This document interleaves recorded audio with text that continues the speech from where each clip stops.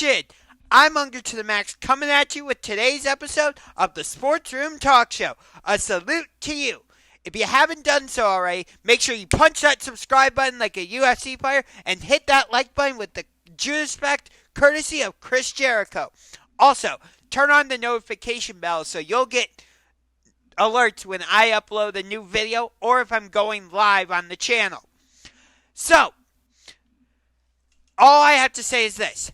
Please, please, please give me a second round or even an Eastern Conference Finals matchup between the Boston Celtics and the Cleveland Cavaliers. I need to see these two teams go at it in the playoffs. I don't care if it's the Eastern Conference semifinals. I don't care if it's the Eastern Conference Finals. If we do not get Celtics against the Cavaliers in the NBA playoffs this season, it will be an absolute travesty. Maybe that's a little bit of overkill, but let me explain why I'm going a little bit overboard, a little over the edge. Okay. 3 of the 4 games went to overtime. Okay? And the 4th game last Wednesday in Boston very well might have gone into overtime if there were like 30 more seconds on the clock. Because the Cavaliers were on the comeback really late into the game. There just wasn't enough time. But the Cavaliers won 3 of the 4 games against the Celtics this season. Yes, let me say that again. This season, the Cleveland Cavaliers went 3-1 against the defending Eastern Conference champions, the Boston Celtics. Think about that for a second. Like, it's one thing to just win a season series against the Detroit Pistons or when we sweep the Houston Rockets. But we won the season series against Jason Tatum, Jaylen Brown, Marcus Smart, Al Horford, Grant Williams, who said he was going to make both free throws and then he proceeded to miss both. We won the season series against the Celtics, the team that pushed the Golden State Warriors to 6 games in the NBA Finals last season. A team that early on looked like they were going to just run away with the Eastern Conference and plow their way to the NBA Finals again. A team that early on had the leading MVP candidate, Jason Tatum. Of course, now the MVP race is down to 3 people. Nikola Jokic of the Denver Nuggets, Giannis Antetokounmpo of the Milwaukee Bucks, and Joel Embiid of the Philadelphia 76ers. I'll get back to Celtics Cavaliers in a minute, but I just have a quick question.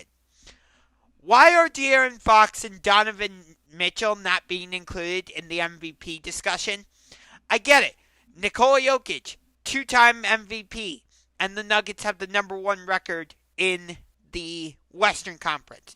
Giannis Antetokounmpo won Finals MVP a couple years ago, and the Bucks have the number 1 seed in the Eastern Conference playoffs right now, or Eastern Conference standings, I should say. And Joel Embiid is just putting up ridiculous numbers, and the Philadelphia 76ers are the number 3 seed in the Eastern Conference standings, or playoffs, however you want to say it. At this point, I think they're kind of interchangeable this late in the season, so just roll with me on that. But let me ask you an honest question. Did you really think the Sacramento Kings were going to be the number 3 seed in the Western Conference, on the verge of maybe jumping past the Memphis Grizzlies and getting the number 2 seed in the West? Did you think that coming into this year? I certainly didn't. Even with the success we had last year, getting to the play-in tournament before falling to the Brooklyn Nets and the Atlanta Hawks. Did you think that the Cleveland Cavaliers were going to be the number 4 seed in the Eastern Conference? Even when we got Donovan Mitchell, I said, okay, there's a number of contenders in the East, because I thought Milwaukee, Boston, Philadelphia, Brooklyn, before they traded Kyrie and Kevin Durant. I consider Toronto to be a contender. Atlanta, Miami. So I wasn't sure where the Cavaliers were going to fit, but I did not think we would be top 6, let alone top 5. And yet, think about this. The Sacramento Kings are the number 3 seed in the West, and the Cavs are the number 4 seed in the East. I'll look up the exact standings right now. Cavaliers are 7 games behind the first place Milwaukee Bucks in the Eastern Conference standings. Bucks are number 1 at 47-18. Celtics are number 2 at 45-21. 76ers are 3rd in the East at 43-22. And then the Cavaliers are 4th at 41-26. And then the New York Knicks are 5th at 39-28. And then you've got the Brooklyn Nets in 6th at 37-28. The Miami Heat, tonight's opponent for the Cleveland Cavaliers. Actually, tonight's opponent and Friday night's opponent, because the Cavaliers are doing like that 2-game set. Actually, their next 4 games are against 2 teams, because tonight and Friday are against Miami, and then Sunday and Tuesday are in Charlotte against the Hornets. And then later this month, we have a 2-game set in Brooklyn against the Nets. And then in April, we have another one of those 2-game sets against the Orlando Magic. I'll get to the Magic later on in this video, actually, because I'm a little bit nervous about the Magic next season.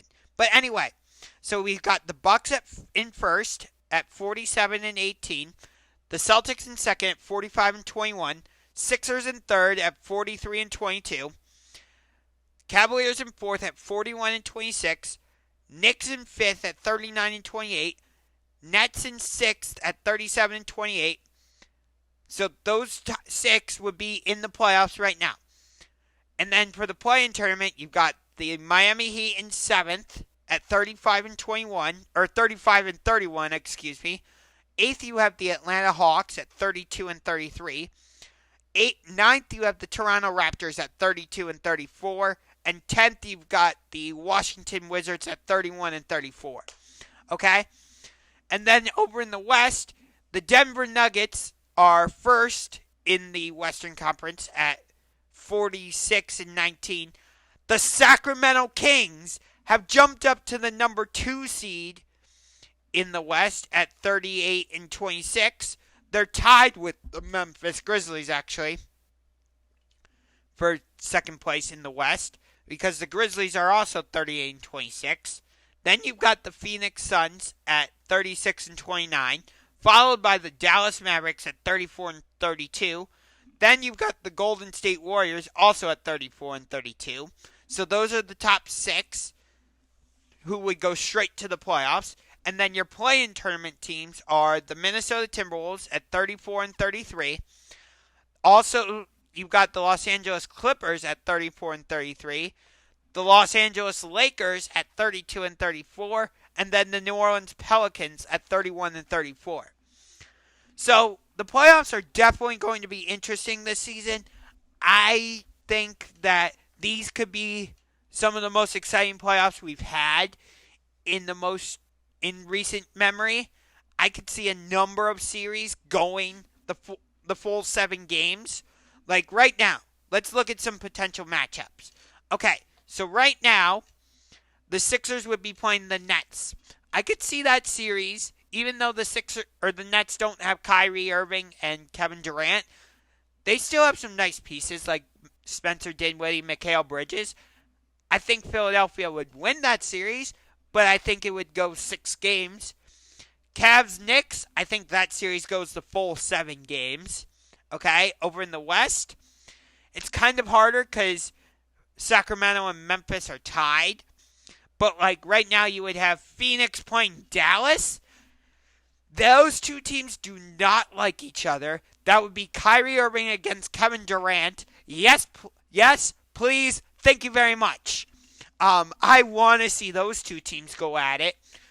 But to get back to my main point, I need to see the Boston Celtics and and the Cleveland Cavaliers square off in the playoffs. I don't care if it's the Eastern Conference semifinals. I don't care if it's the Eastern Conference finals. I wish they could meet in the NBA finals, but the NBA playoffs are not like the WNBA playoffs.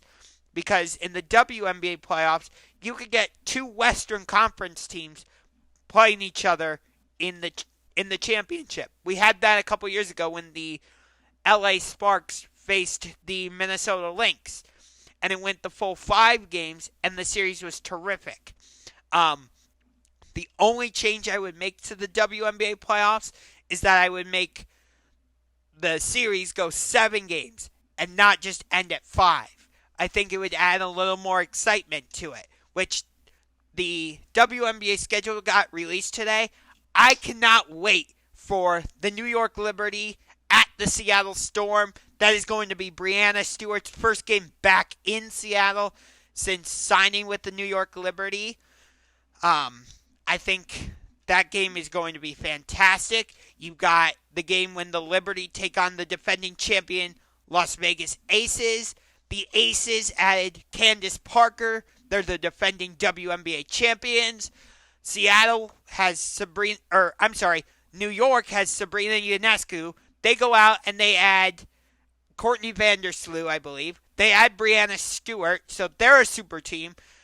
That could be a potential WNBA finals. And if that's the case, I don't want that series to end in 5 games. I would love to see that series go the full 7 games. So that's my main gripe.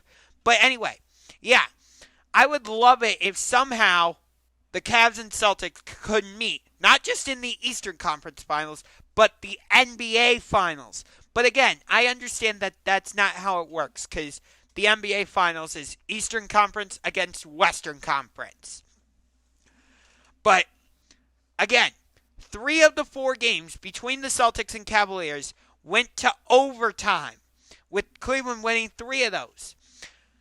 And even though we didn't sweep the Celtics, which, by the way, shout out to my man Jesse Almeida. It was great working with you last week. I had a lot of fun. I had a lot of fun interacting with you in your live stream during the Celtics Cavaliers game, and on the train ride home, being in your live chat and talking with you and doing a little bit of trash talking. But I have nothing but respect for the Celtics. Paul Pierce is one of my all-time favorite players. I've always been a big fan of Rajon Rondo. The Celtics would not have won the 2008 NBA Finals against the LA Lakers if they did not have Rajon Rondo. I don't think the Celtics would have gotten to the finals in 2010 if they didn't have Rajon Rondo. Let me just say it like this. The Celtics' Big Three era would not have been as successful as it was if Rajon Rondo was not part of that mix. You could even make an argument that it wasn't just a Big Three, but it was the Big Four. Now, let me just say this on that point. It was not the Miami Heat who started the super team era, even though Miami brought in LeBron James and Chris Bosh to pair with Dwayne Wade. It was the Boston Celtics in 2008 who started the super team era when they traded for Kevin Garnett from the Minnesota Timberwolves and they acquired Ray Allen from the Seattle Supersonics, who should still be a team in the NBA. I blame you, Howard Schultz. Why did you sell the team to an Oklahoma City-based group? Did you really believe Sam Bennett, or I believe his name's Sam Bennett, but whoever the owner of the Thunder is, actually let me look it up so I know I'm not talking out of my ass here. Give me a sec. Clay Bennett. I was almost right.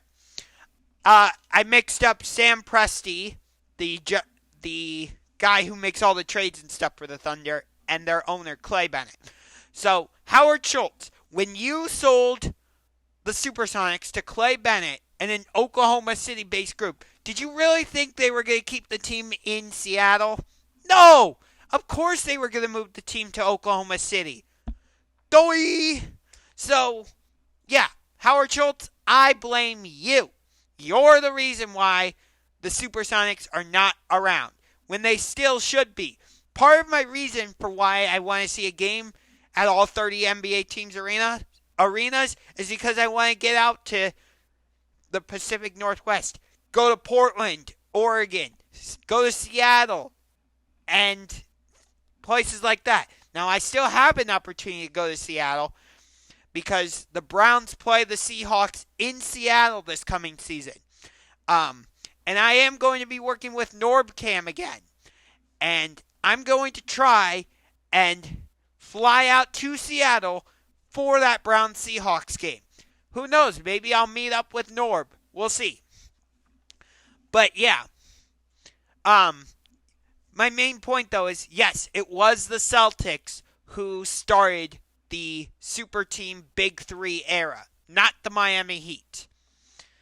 But my overall point is this. The Cavaliers took 3 out of 4 games against the Celtics. And maybe if we had 30 more seconds in last Wednesday's game in Boston, we might have been able to come back and win that game and actually sweep the season series against the Celtics. Think about this for a second. We had the opportunity to sweep the regular season series against the Boston Celtics. Regardless of that, we still won the regular season series against the Boston Celtics. That carries a lot of weight. We won the season series against the Detroit Pistons. Furthermore, we swept the Pistons. Okay, we swept a division foe. Okay, big whoop. Like, we're most likely going to sweep the Houston Rockets. Big deal.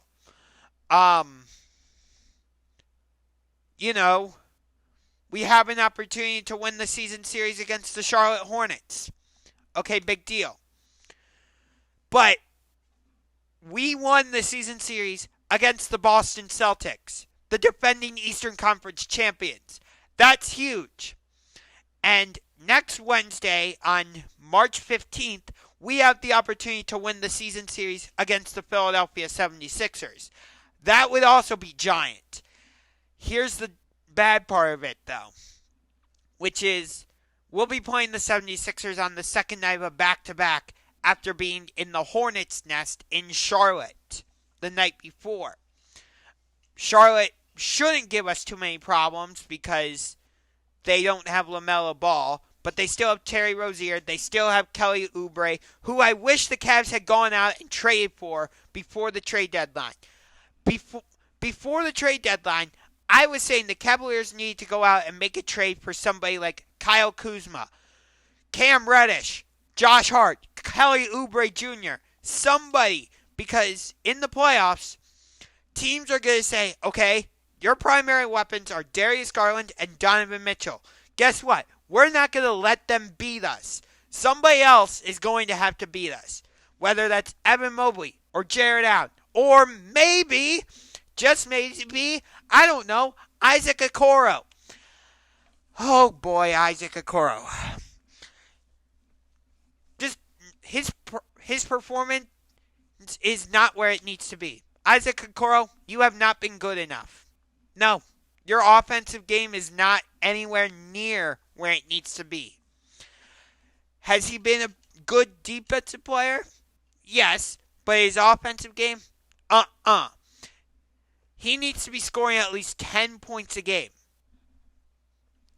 10 points. I don't think that's too much to ask. It's funny, when Okoro does score 10 points, or simply when he does score double digits, my friends and I actually sound the Isaac Okoro alarm. It's a whole inside joke that started last season in a game against the Chicago Bulls where Okoro had 9 points entering the fourth quarter. So my friend C-Boss and I, he and I do Pushback together, which new episode of that show is coming tomorrow. But he and I were waiting the entire fourth quarter for Okoro to score double digits, and it never happened. Ever since then, it's become a running joke within our friend group that when Isaac Okoro scores double digits, we sound the Isaac Okoro alarm. And in the postseason, I want to be sounding the Isaac Okoro alarm a lot.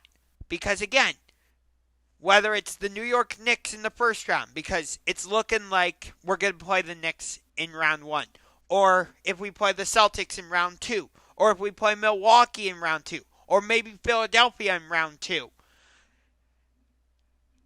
those teams are going to say, Darius Garland, Donovan Mitchell, you're not going to beat us. Isaac Okoro, let's see if you can score 10 points and beat us. But, okay, Chetty Osman, Lamar Stevens, and Karis LeVert combined for 21 points the other night. Lamar Stevens, I believe had 8. Karis LeVert had 7, and Chetty Osman had 6 in like 68 minutes of action. That's not good enough. Now, let me say this though. Lamar Stevens made some big plays with some getting rebounds and other plays that don't necessarily show up in the box score. So I will give him credit for that. But overall, I don't know who's going to come in off the bench and give the Cavaliers the production we need. Like, who's going to be our equivalent to Grant Williams for the Celtics? Or like a Pat Connaughton for the Milwaukee Bucks? Or guys like that. A Tyrese Maxey for the Philadelphia 76ers. Who's going to be our version of that? I don't know. And this late in the season, that's a problem. But I also need to touch on this. And again, I will get to the Orlando Magic in a few minutes. Even though we're already at 22 minutes on this video. But I'm not slowing down. So, early on in the season, the MVP race consisted of 5 guys. Not the restaurant 5 guys. Which, that restaurant's okay, but I find the french fries to be too greasy. Anyway, so the MVP race early on consisted of Nikola Jokic of the Denver Nuggets, Giannis Antetokounmpo of the Milwaukee Bucks, Joel Embiid of the Philadelphia 76ers, Luka Doncic of the Dallas Mavericks, and Jason Tatum of the Boston Celtics. And now it's just down to 3 guys. Jokic, Embiid, Giannis. Let me ask you an honest question. Why are De'Aaron Fox and Donovan Mitchell not being included in the MVP discussion? Why? Because, think about this. Before the season, if I would have told you that the Sacramento Kings were going to be tied with the Memphis Grizzlies for the number 2 seed in the Western Conference, would you have believed me? Seriously, would you have believed me if I had told you that at this point in the season, the Sacramento Kings would be tied with the Memphis Grizzlies for the number 2 seed in the Western Conference? I'm waiting. What would your answer have been? What's your answer? Your answer probably would have been, Max, you're crazy. The Kings are not going to be that good. Well, guess what? They are. So how come De'Aaron Fox isn't in MVP discussion? Okay? And what about the Cleveland Cavaliers? Yes, I know at points last season we were the number 1 seed in the Eastern Conference. But even as a Cavs fan, I did not think that was legitimate. Not with teams like Boston, Philadelphia, Brooklyn, when they still had Kyrie Irving and Kevin Durant, Miami, Toronto, Boston, Philadelphia. I might have said them earlier, but whatever. You get my point. Even when we traded for Donovan Mitchell, I was thinking, okay, we'll be in the mix. But again, teams like Boston, Philadelphia, Brooklyn, again, before they traded Kyrie and Kevin Durant, Toronto, Atlanta, I thought those teams were going to be better, and we might end up in that 6 to 8 range and be either just barely getting to the playoffs or once again be a play-in tournament team. But no, we're the number 4 seed in the Eastern Conference, and right now we would have home court advantage against the New York Knicks in the first round of the playoffs. So why isn't Donovan Mitchell getting more consideration for the MVP? I get it. Like, the Cavs aren't, like, top 3 in the Eastern Conference. But that shouldn't matter. Like, the MVP stands for most valuable player. Take De'Aaron Fox off of the Sacramento Kings. Are the Kings the number 2 seed in the West? No, I don't think so. They're not even, I don't think the Kings are even in the play-in tournament mix. Take Donovan Mitchell off of the Cavaliers. Are we as good as we are right now? No, I don't think so. So Donovan Mitchell and De'Aaron Fox both should be in the MVP discussion.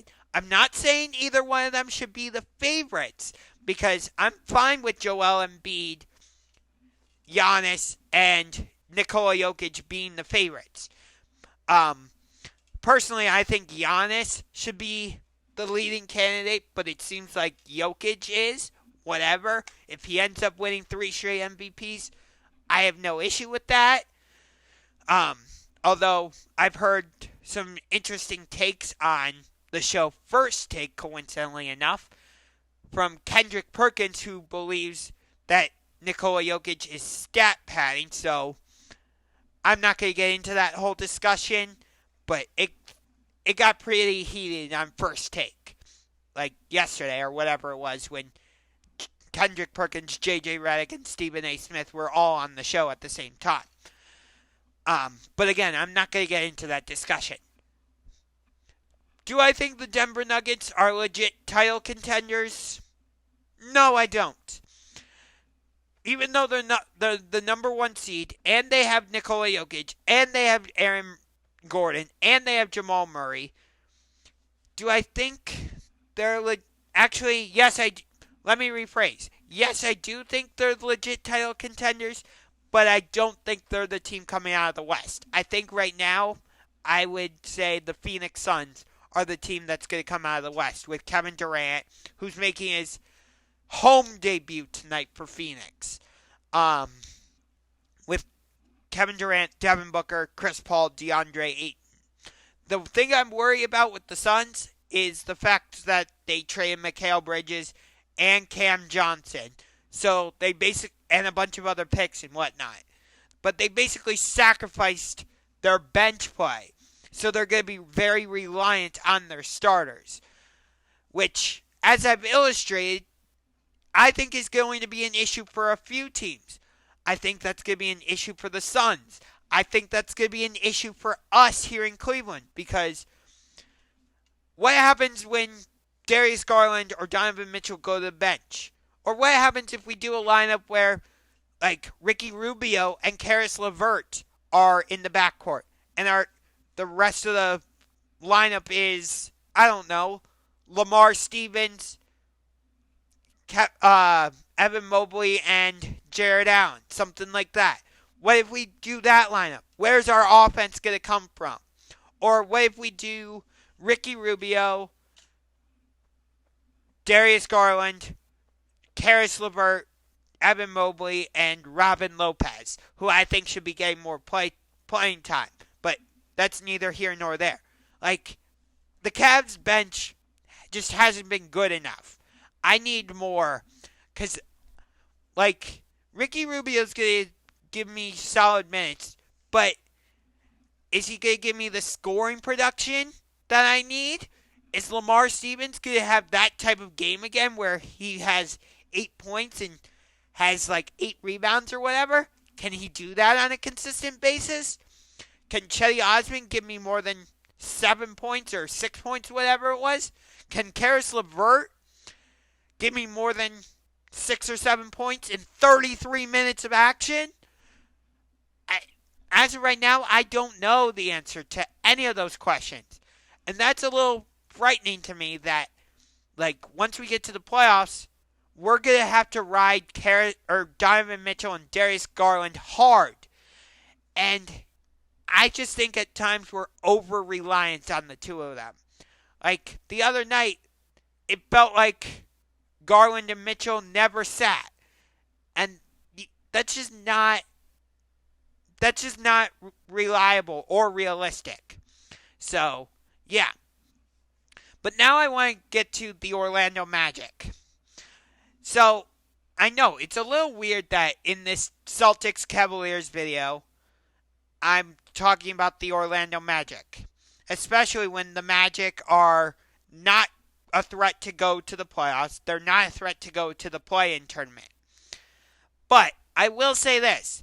The Orlando Magic, I think, could be a scary team in the future. I like what they have with Paolo Banchero. I like some of their other pieces. But if they get a point guard to pair with Jalen Suggs, Paolo Banchero, they could be a dangerous team. So look out for the Magic in the future. But the Cavaliers have a tough stretch, or tough couple of games coming up. Because tonight they've got the Miami Heat. Friday they've got the Miami Heat. Sunday they've got the Charlotte Hornets. Tuesday they've got the Charlotte Hornets. And then on Wednesday we've got the Philadelphia 76ers. And then on March 31st is the biggest home game of the season because we're facing the New York Knicks. If the Knicks win that game, they win the season series 3-1. If the Cavaliers win that game, it means the regular season ends tied 2-2 and both teams winning on their home court. Until that game, I am not afraid to say that Monday's win against the Boston Celtics was the biggest home game of the season thus far until that March 31st game against the New York Knicks. But I don't want to look ahead to that March 31st game because Miami tonight and Friday is not going to be an easy game, especially down in Miami. For some reason, the Cavaliers have struggled down in Miami. At one point, I think we lost like 20 straight games at what was then called American Airlines Arena. It got renamed FTX Arena, but FTX, I think, went bankrupt or something like that, and now the arena is simply called Miami-Dade Arena. The season series is tied 1-1 because they split the first two games in Cleveland, with the Heat winning the last meeting 100-97. Kevin Love is now with the Miami Heat. I believe he is questionable for tonight, so we'll see if he plays or not. But, yeah. So, what do you think? Let me end this with a simple question. Is Celtics Cavaliers a rivalry? Or does this need to continue into the postseason and then into next season? So, leave your thoughts down in the comment section below, and maybe I'll address some of your comments in an upcoming video. But until next time, I'm UngarToTheMax. This is the Sports Room Talk Show. A salute to you. And if you haven't done so already, make sure you punch that subscribe button like a UFC fighter. And make sure you hit that like button with the Judas Effect, courtesy of Chris Jericho. Also, turn on that notification bell so you know when I upload new videos like this one, or if I go live. Also, this video was made in collaboration with Voltage Live, a new website that I am working with. I will see you next time.